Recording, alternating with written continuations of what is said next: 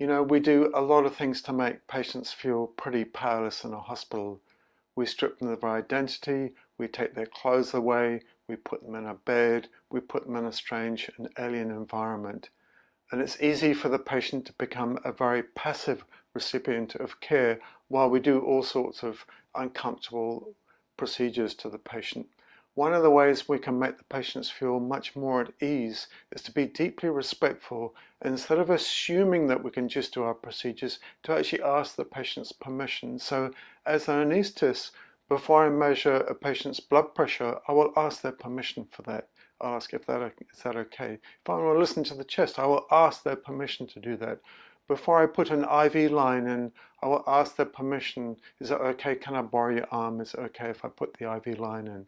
What I'm doing is I'm putting the patient in charge of the procedures so that the patient has some feeling of control. And if the patient's concerned about anything, I'm not going to go on to the next step. So it's really nice to treat patients with deep respect, not to assume we have consent, and just to ask their permission for every little thing we do. Makes a huge difference.